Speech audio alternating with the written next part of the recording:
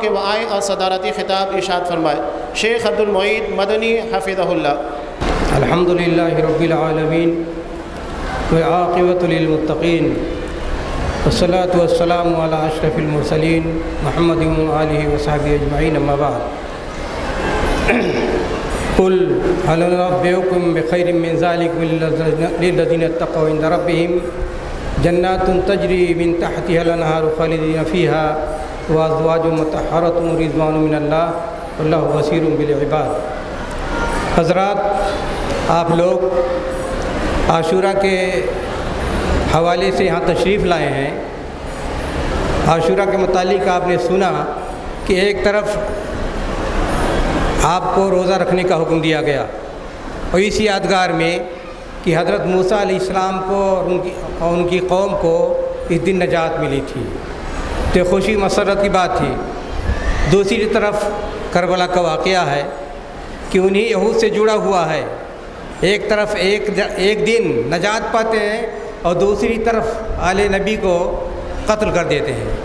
یہود کا کنیکشن دیکھیے، تضادات ان کے اندر کتنا تھا کہ ایک طرف ان کی بدماشیوں کی وجہ سے غلامی جو کئی قرنوں تک ان پر مسلط رہی، اس سے آزادی ملتی ہے، اور دوسری طرف انہی یہودیوں کی سازش اور انہی کے طریقے فکر کی بنیاد پر آل رسول کو قتل کر دیا جاتا ہے کربلا میں۔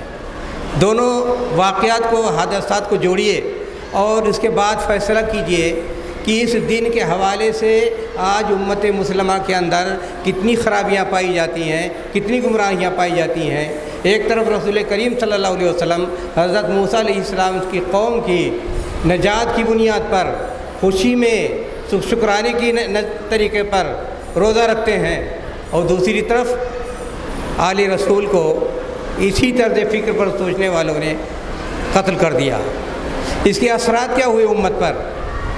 رسول گرامی صلی اللہ علیہ وسلم نے تعلیم دی کہ سلسلہ نبوت اور طریقۂ نبوت ایک ہی ہوتا ہے۔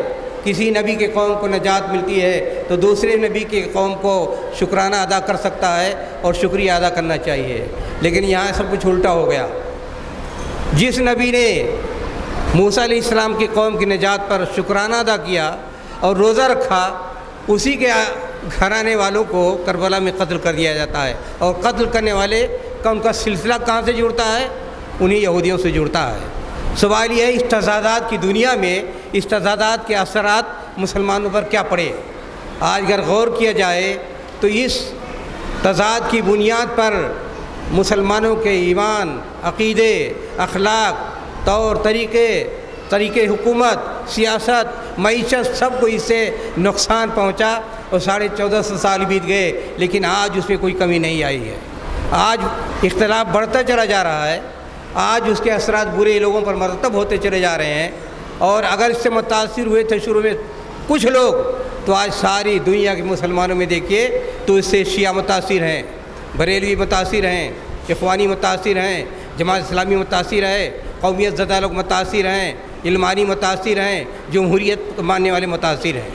یہ سارے اس اعلیٰ بالا، اس غلاظت اور اس قتل و خوریزی کے نتائج یہ نکلے کہ مسلمانوں کو آج بھی اس کے اثرات اور اس کے نتائج کو بھگتنا پڑ رہا ہے۔ آپ لوگ یہاں اکٹھا ہیں، اگر یہ پوچھا جائے کہ اس دن عاشورہ کے دن آپ کیا سیکھ کے جانا چاہتے ہیں اور کون سا سبق لے کر جانا چاہتے ہیں اور کیا پیغام لے کر جانا چاہتے ہیں، تو یہ تو طے ہونا چاہیے نا۔ یہاں بیٹھے ہیں، اتنے لوگ اکٹھا ہیں، تو کچھ تو غور فکر کا نیا زاویہ کھلنا چاہیے، کچھ تو آپ لوگوں کو سبق لے کر جانا چاہیے۔ تو سب سے پہلی بات یہ کہ اس فتنے سے، کربلائیت سے سب سے زیادہ جو نقصان ہوا ہے وہ نبی اکرم صلی اللہ علیہ وسلم کی صحابہ کی عظمت کو داغدار بنا دیا گیا۔ صحابہ کی عظمت جتنی تھی اس کو پامال کر دیا گیا۔ انہی شیعوں نے یہ فیصلہ کیا کہ جتنے صحابہ کرام ہیں 5 کو چھوڑ کر سب مرتد ہو گئے تھے، سب کافر ہو گئے تھے، جبکہ عظمت صحابہ منصوص ہے کتاب و سنت میں، ہزاروں حدیثیں ان کی فضیلت میں آئی ہوئی ہیں، سینکڑوں قرآنی آیات صحابہ کی عظمت میں آئی ہوئی ہیں۔ ان سب کو پڑھنا اور جاننا اور اپنے عقیدے کو درست کرنا مسلمانوں کے لیے نہایت ضروری ہے۔ سب سے پہلی بات تو یہ کہ صحابہ ہمارے عقیدہ کا حصہ ہیں، تاریخ کا مسئلہ نہیں ہے۔ بڑی مصیبت یہ ہے کہ آج کے لوگ سمجھتے ہیں کہ صحابہ بھی تاریخ کا حصہ ہیں۔ صحابہ تاریخ کا حصہ نہیں ہیں، صحابہ ہمارے عقیدے کا حصہ ہیں، اور جو علماء، جو دانشور، جو مفکرین اب تک بتاتے آئے اور اس اپنے یہ بیان کر کے کہ صحابہ تاریخ کا حصہ ہیں اور تاریخ کو حتمی مان کر کے یہ سارے خرافات اللہ برا پھیلا گئے کہ صحابہ نے یہ غلط کام کیا، فلاں صحابی نے غلط کام کیا ہے، فلاں صحابی نے غلط کام کیا ہے، تو اس کی تصحیح کی ضرورت ہے۔ تو سب سے پہلے یہ جان لیں کہ کسی بھی صحابی کے متعلق ہر مسلمان کا یہ عقیدہ ہونا چاہیے کہ وہ معزز ہے، مکرم ہے، اور ہماری حیثیت یہ نہیں ہے کہ ہم ان کی طرف انگلی اٹھائیں۔ ہمارے اوپر پابندی ہے کہ آپ کسی صحابی پر اعتراض نہیں کر سکتے ہیں۔ اگر کوئی آدمی کسی صحابی کے بارے میں اعتراض کرتا ہے، تنقید کرتا ہے، یا ان کے بارے میں دل میں بغض رکھتا ہے، تو اس کے ایمان میں خلل ہے، اس کے ایمان کے ضائع ہو جانے کا ڈر ہے۔ عقیدہ اہل سنت کا متفقہ عقیدہ ہے، حبہم ایمان و احسان و بغضہم کفر و نفاق و طغیان، کہ صحابہ کے بارے میں متفقہ عقیدہ یہ اہل سنت کا کہ ان سے محبت رکھنی چاہیے۔ اگر صحابہ سے محبت رکھیں تو وہ کیا ہے؟ ایمان ہے، احسان ہے۔ یعنی اگر صحابہ کو صحیح معنی میں ان کی عزت کریں، ان کی تکریم کریں، ان کی عظمت کو جانیں، ان کی منزلت کو جانیں، ان کی مقام کو پہنچانیں، تو یہ دلیل ہے کہ آپ کے اندر ایمان موجود ہے، یہ دلیل ہے کہ آپ کے ایمان میں قوت ہے، یہ دلیل ہے کہ آپ کے ایمان میں تازگی ہے، یہ دلیل ہے کہ آپ کے ایمان میں صحت ہے اور فساد اس میں نہیں پیدا ہوا ہے۔ دوسرے کہا گیا احسان۔ احسان ایک انسان کی زندگی میں جو سب سے اعلیٰ مرتبہ حاصل کر سکتا ہے اپنی عبادت کے ذریعے، اپنی اطاعت کے ذریعے، وہ احسان کا درجہ ہے۔ صحابہ کے بارے کی عظمت کو تسلیم کرنا، آپ احسان کے درجے کو پا سکتے ہیں، سب سے بڑا مرتبہ پا سکتے ہیں اللہ کے ہاں، یہ ہے صحابہ کا مقام۔ اور اگر کوئی ان سے بغض رکھتا ہے تو بغض کے بارے میں سب سے پہلی بات یہ ہوئی کہ صحابہ سے بغض رکھنا کفر ہے، صحابہ سے بغض رکھنا نفاق ہے، صحابہ سے بغض رکھنا دین سے، ایمان سے، اسلام سے، اللہ سے، رسول سے بغاوت ہے۔ یہ صحابہ کا مقام۔ تو عاشورہ کے حوالے سے کم اتنا سیکھ کے جائیے۔ آج یہ دیکھتے ہیں جو تباہیاں ہیں، گلی گلی کوچے کوچے میں تعزیہ داری ہو رہی ہے اور مرثیے پڑھے جا رہے ہیں، سبیل لگی ہوئی ہے، خرافات بک رہے ہیں، تبرہ بازیاں ہو رہی ہیں، یہ سب کیا ہیں؟ یہ کفریات ہیں، یہ نفاق کی علامتیں ہیں، یہ بغاوت ہے دین سے۔ لہذا جو مسلمان اپنے آپ کو اہل سنت کہتا ہے، اس کو جاننا چاہیے کہ صحابہ کا مرتبہ کو کیسے پہچانے، اور ان کے خلاف جو آج سماج و معاشرے میں بغاوتیں ہو رہی ہیں اس سے نفرت ہونی چاہیے، اس سے دوری ہونی چاہیے۔ اور جو اپنے کو اہل سنت کہتے ہیں ان کو اپنے عقیدے کی حفاظت کرنی چاہیے، اپنے عقیدے کو درست کرنا چاہیے۔ تو یہ پہلا سبق ہے۔ پہلا سبق یہ ہے، ہر ایک کو جان لینا چاہیے کہ صحابہ تاریخ نہیں ہے بلکہ ہمارے عقیدے کا حصہ ہیں۔ اگر صحابہ کے بارے میں شک کریں تو نبی اکرم صلی اللہ علیہ وسلم کی نبوت مشکوک ہوتی ہے، وہی مشکوک ہو جاتی ہے، اللہ تعالیٰ کے سلسلے نبوت کا سلسلہ مشکوک ہو جاتا ہے، اس لیے کہ یہی قرآن کو ہم تک پہنچانے والے ہیں، یہی حدیث کو ہم تک پہنچانے والے ہیں۔ تو معمولی بات نہیں صحابہ کے سلسلے میں۔ عموماً آج عام طور پر لوگ جانتے نہیں ہیں کہ صحابہ کا مقام و درجہ کیا ہے۔ مقام و درجہ یہی ہے کہ ان کے بارے میں ہر ایک کو سمجھنا اور جان لینا چاہیے کہ آپ کسی بھی صحابی کے بارے میں کبھی بھی لب کشائی مت کریں۔ آج صحافت کی دنیا میں، تفکر کی دنیا میں، دانشوری کی دنیا میں بہت سے لوگ اپنی اپنی باتیں کرتے ہیں اور زبان لمبی کر کے اور صحابہ کے بارے میں باتیں کرنا شروع کر دیتے ہیں۔ سڑک چھاپ قسم کے لوگ بھی باتیں کرنا شروع کر دیتے ہیں۔ تو یہ نہایت ہی خطرناک چیز ہے، انسان کے دین ایمان ضائع ہونے کی دلیل ہے۔ ایک آدمی اگر تہجد گزار ہو جائے، ہمیشہ نماز کا اہتمام کرے، لیکن اگر صحابہ کے بارے میں بغض رکھتا ہے تو اہل سنت کا متفقہ فیصلہ ہے کہ اس کا بغض رکھنا کفر ہے، نفاق ہے، اور وہ دین سے بغاوت ہے، طغیان ہے۔ کہ آپ یاد رکھیں، یہ سبق پڑھ کر کے یاد کر کے جائیں، اور یہاں سے اٹھیں تو صحابہ کے سلسلے میں آپ کے ذہن و دماغ میں جتنے جالے بھرے ہوئے ہیں، شکوک ہیں، نادانی ہے، جہالت ہے، وہ صاف کر کے جائیں۔ یہ تو پہلی بات ہوئی۔ دوسرے کہ صحابہ کا ہمارے اوپر حقوق ہیں، صحابہ کے ہمارے اوپر حقوق ہیں۔ سب سے پہلا حق یہ بنتا ہے کہ ہم ان سے محبت کریں، محبت کرنا ان سے واجب ہے۔ اور جو آپ مسلمان اپنے آپ کو کہے اور صحابہ سے محبت نہ کرے، اس کے دین ایمان میں خلل ہے۔ بے شمار نصوص موجود ہے اس سلسلے میں، جس سے طے ہوتا ہے کہ صحابہ سے محبت کرنا ہر مسلمان کے لیے ضروری ہے۔ سوال یہ کیوں محبت کرنا ضروری ہے؟ اس لیے کہ انہوں نے دین کے لیے قربانی دی، جان کی قربانی دی، مال کی قربانی دی، نفس کی قربانی دی، کنبہ قبیلے کی قربانی دی، دنیا کے سارے مسائل وسائل کی قربانی دی، اور اللہ کے ہو کے رہے۔ اور کس کے لیے قربانی دی؟ اپنے لیے قربانی دی، اور اس قربانی کے اثرات قیامت تک باقی رہیں گے۔ قیامت تک جتنے مسلمان آئیں گے، ہر ایک کے گردن پر ان کا احسان ہے، اور ان کی قربانیوں کی بنیاد پر آج اتنے مسلمان نظر آ رہے ہیں۔ قیامت تک جتنے بھی مسلمان نظر آئیں گے، صحابہ کے ان کے جہود کا، قربانیوں کا حصہ ہے ہماری ایمان میں، ہمارے اسلام میں، ہماری اطاعت میں اور ہماری دینداری میں۔ یہ احسان ہے، اس لیے محبت کرنا چاہیے۔ محبت کریں گے تو ان کے اوپر کوئی احسان نہیں کریں گے، بلکہ ہمارے اوپر جو فریضہ عائد ہو رہا ہے، ہمارے لیے جو ان کی قربانیاں ہیں، اس کا ہم ایک صلہ دے پا رہے ہیں، اس لیے محبت کرنی چاہیے۔ اتنی قربانیاں، بسا اوقات ایک صحابی کی قربانی ساری دنیا کے انسانوں کی قربانیوں سے بھاری ہو سکتی ہے۔ تو یہ پہلا حق ہمارے اوپر بنتا ہے صحابہ کے لیے کہ ان سے محبت کریں۔ ہر مسلمان قیامت تک جو پیدا ہوگا، سب کے اوپر یہ قرآن و سنت کے نصوص کی بنیاد پر یہ وجوب بنتا ہے کہ صحابہ سے محبت کریں۔ محبت اس لیے کریں کہ انہوں نے ان کے جتنے احسانات ہمارے اوپر ہیں، والدین کے ہمارے اوپر اتنے احسانات نہیں ہو سکتے ہیں۔ ہمارے ایمان کو بقا حاصل ہے، ہمارے ایمان کو تسلسل حاصل ہے، ہمارے ایمان کو عروج حاصل ہے، ہمارے ایمان کو ضیاء حاصل ہے، ہمارے ایمان کو قوت حاصل ہے، ہمارے ایمان کو صحت حاصل ہے، تو ان کی قربانیوں کی جیسے حاصل ہے۔ اگر ان کی قربانیاں نہ ہوتی تو شاید دنیا میں جو چراغاں نظر آ رہا ہے مسلمانوں کی دینداری کا، وہ چیزیں نہ ہوتی۔ اور یہ چیز محسوس کیا تھا رسول اکرم صلی اللہ علیہ وسلم نے جب غزوہ احد میں فرمایا تھا اور دعا کی تھی، ان تہلک هذه العصابة لن تعبد الى یوم القیامت، کہ اللہ تعالیٰ جو ہمارے پاس سرمایہ حیات ہے، جو ہماری قربانیوں کا نتیجے میں جو کچھ ملا ہے، یہ تیرے دربار میں حاضر ہے۔ آج اگر یہ گروہ میدان بدر میں قتل کر دیا جاتا ہے تو پھر قیامت تک کوئی تیری عبادت کرنے والا نہیں ہوگا۔ یہ احساس تھا رسول اکرم صلی اللہ علیہ وسلم کا، یہ شعور تھا رسول اکرم صلی اللہ علیہ وسلم کا کہ صحابہ کی بنیاد پر، انہی کے اساس پر قیامت تک اسلام کو بقا حاصل رہے گا اور اس کو استمرار حاصل رہے گا، اور تمام مسلمانوں کی ایمان کو تازگی ملتی رہے گی۔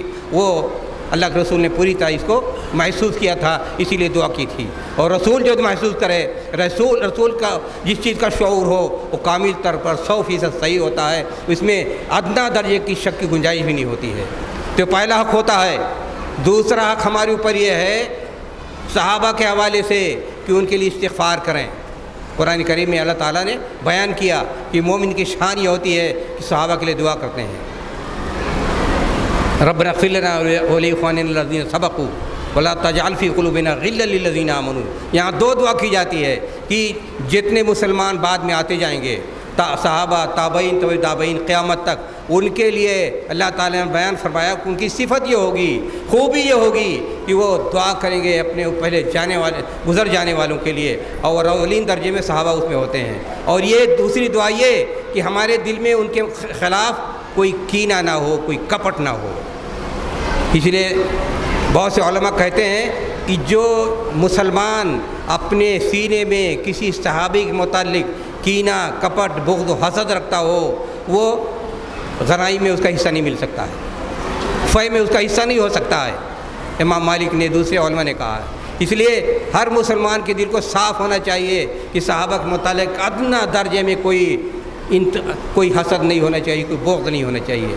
بہت سے قابل لوگ کبھی کہیں گے حضرت عائشہ کے بارے میں میرے دل میں انشرح نہیں ہو رہا ہے، بہت سے کہیں گے حضرت عمرو بن عاص کے متعلق ہمیں انشرح نہیں ہو رہا ہے، حضرت معاویہ کے متعلق انشرح نہیں ہو رہا ہے، حضرت ابو موسیٰ اشعری کے متعلق انشرح نہیں ہو رہا ہے، حضرت علی کے متعلق انشرح نہیں ہو رہا ہے، اور حضرت معاویہ کے متعلق انشرح نہیں ہو رہا ہے۔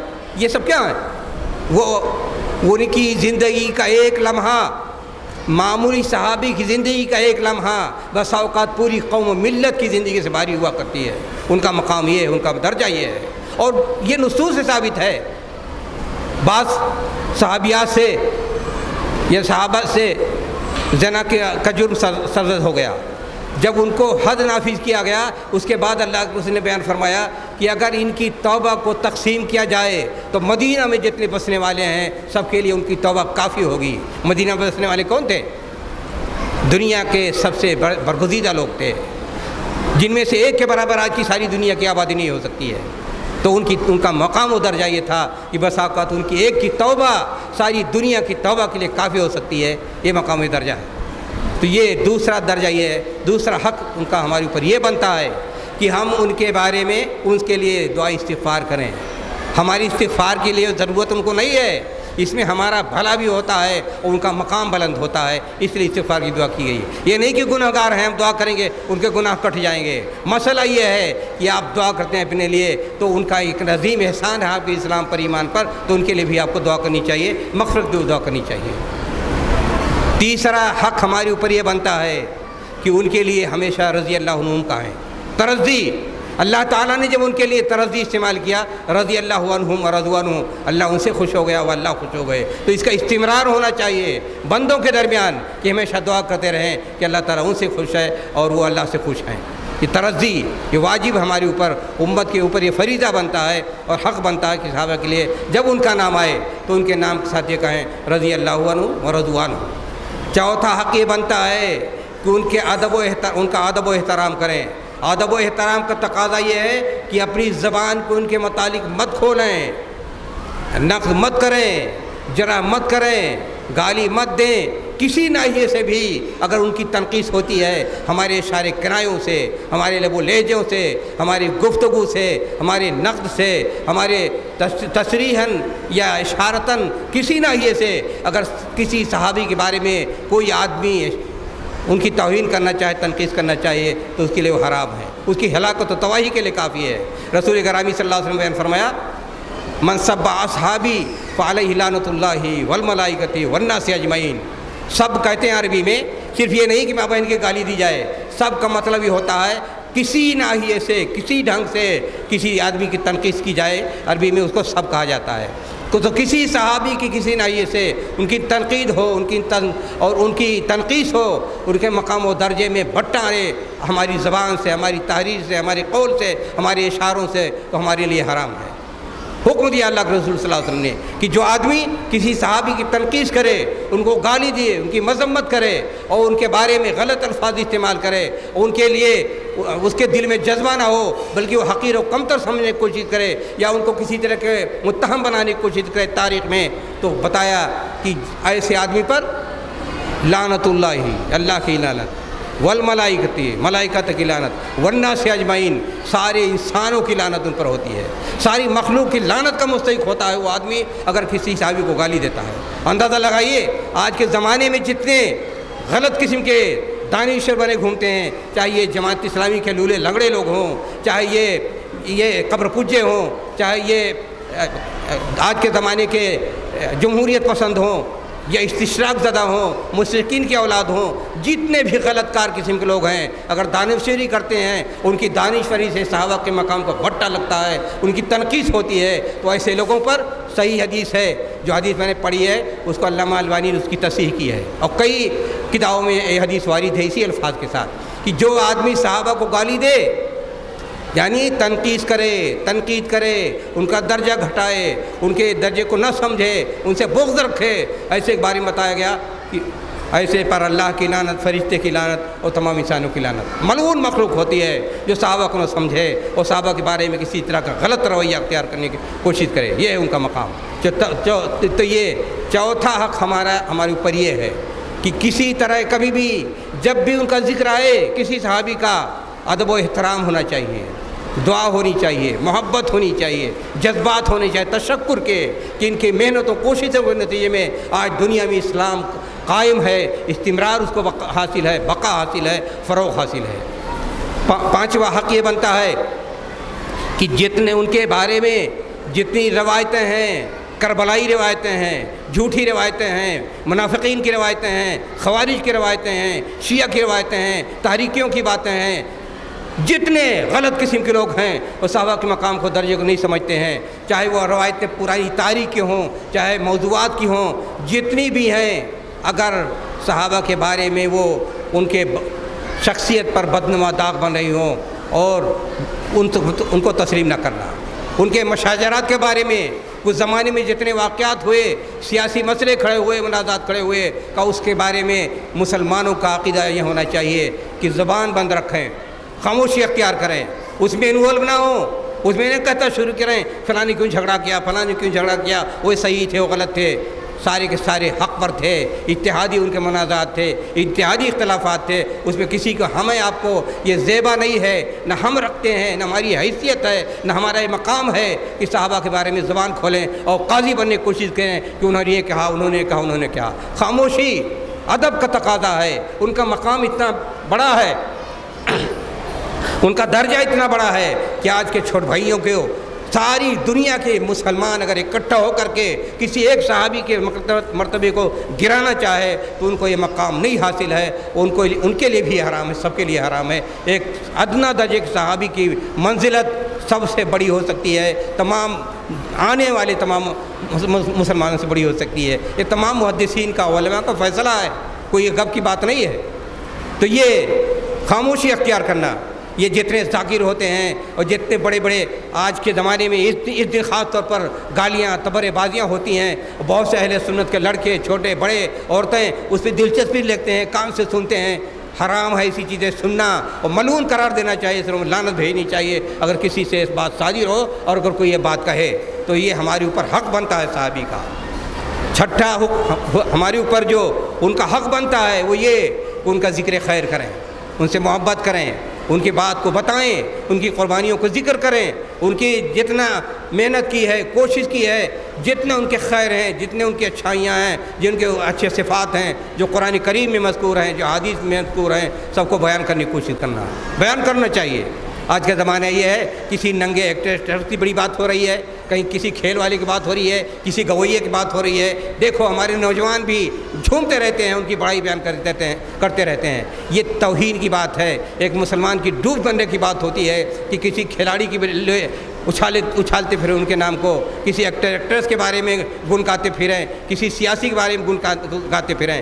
اگر آپ کو اللہ توفیق دے تو صحابہ کے ذکر خیر ہونا چاہیے، ان کی سیرت پڑھیں، ان کے واقعات پڑھیں، ان کے فضائل پڑھیں، ان کے مناقب پڑھیں، ان کے درجات پڑھیں، ان کو جانیں۔ یہ آپ کے لیے دنیا بھی مفید ہے اور آخرت کے لیے بھی مفید ہے، اور یہ ہمارے اوپر حق بنتا ہے، واجب ہے ہمارے اوپر اس کو جانیں اور سمجھیں۔ یہ حقوق ہے ہمارے اوپر، تو یہ حقوق 6 اور بھی علماء نے بتائے ہیں، لیکن بنیادی طور پر یہ 6 حقوق ہیں۔ ہر مسلمان کے اوپر یہ واجب ہے کہ یہ حق صحابہ کے متعلق جو اس کے اوپر عائد ہوتا ہے اس کو ادا کرنے کی کوشش کریں۔ یاد رکھیں یہ 6 حقوق، اور ہمیشہ اپنے دل و دماغ میں ان کو بسا کے رکھیں۔ یہ ہے صحابہ کا مقام، یہ صحابہ کا درجہ۔ اس سے آج اگر سماج و معاشرے کا جائزہ لیا جائے تو آپ بتائیے کتنے لوگ صحابہ کا نام جانتے ہیں؟ خلفائے راشدین کا نام بھی بہت سے اکثر نہ بتا سکیں گے، عشرہ مبشرہ کا نام بتا نہ سکیں گے۔ اور نوجوانوں کو جو ہاتھ میں لیے موبائل گھومتے ہیں، اگر پوچھنا ہو کہ دنیا میں ننگے کتنے ہیں، دنیا میں ناچنے والے کتنے ہیں، دنیا میں بکواس کرنے والے کتنے ہیں، دنیا میں شرابی کتنے ہیں، دنیا میں چور کتنے ہیں، جتنے منافق کتنے ہیں، سب کو بتا لے جائیں گے۔ لیکن اگر یہ پوچھا جائے کہ صحابہ جو عظیم ہیں، جو اللہ تعالیٰ نے حکم دیا ہے کہ ان کے طریقے پہ چلو گے نجات پاؤ گے، ہدایت پاؤ گے، ان کا طریقہ چھوڑو گے گمراہ ہو جاؤ گے، ان کا یہ مقام و درجہ ہے، لیکن آج ان کا نام اکثر کو نہیں معلوم ہوگا۔ سماج و معاشرے میں اتنی خرابیاں در آئی ہیں کہ جو ہمارے لیے اسوہ ہیں، جو ہمارے لیے نمونہ ہیں، جن کا کردار ہمارے لیے روشنی ہے، جن کی سیرت ہمارے لیے نجات کا باعث ہے، جن کی وجہ سے ہمارے دلوں میں رونق پیدا ہو سکتی ہے، جس سے دل دماغ میں ہمارے ضیاء پیدا ہو سکتی ہے، جن کے واقعات سے، جن کے طور طریقوں سے، جن کے اس کردار سے، اس چیز کو ہم دلچسپی نہیں رکھتے پڑھنے کا۔ اگر پوچھا جائے کہ کس کے گھر میں خلفائے راشدین کے بارے میں کتابیں ہیں، گھر والے کتنے جانتے ہیں، مرد عورتیں بچے کتنے جانتے ہیں ان کے بارے میں، ان کا نام کتنا جانتے ہیں؟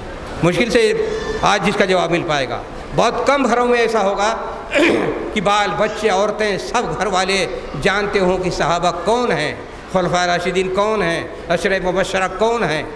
پوری تاریخ بشریت میں حضرت آدم علیہ السلام سے لے کر قیامت تک انبیاء کو استثناء کے ساتھ انبیاء کو چھوڑ کر کوئی ایسا مقدس گروہ پیدا نہ ہوا جس کے بارے میں دنیا ہی میں بشارت دے دی گئی ہو جنت کو۔